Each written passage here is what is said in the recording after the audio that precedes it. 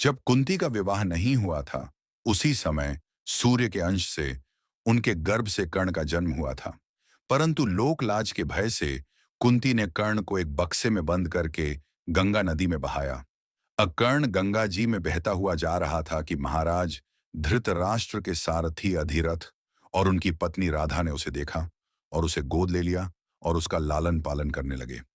कुमार अवस्था से ही कर्ण की रुचि अपने पिता अधिरथ के समान रथ चलाने की बजाय युद्ध कला में अधिक थी। कर्ण और उसके पिता अधिरथ आचार्य द्रोण से मिले, जो कि उस समय युद्ध कला के सर्वश्रेष्ठ आचार्यों में से एक थे। द्रोणाचार्य उस समय कुरु राजकुमारों को शिक्षा दिया करते थे।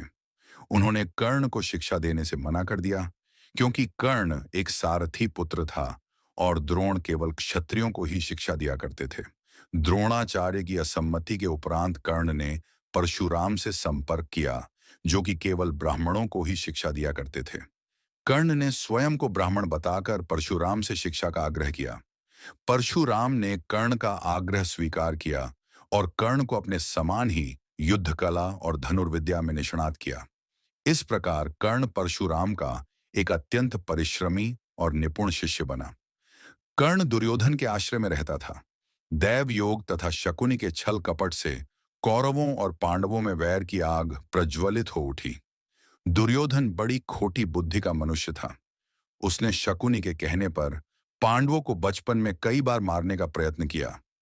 युवावस्था में आकर जब गुणों में उससे अधिक श्रेष्ठ युधिष्ठिर को युवराज बना दिया गया, तो शकुनि ने लाक्ष के बने हुए भवन में पांडवों को रखकर आग लगाकर उन्हें जलाने का प्रयत्न किया।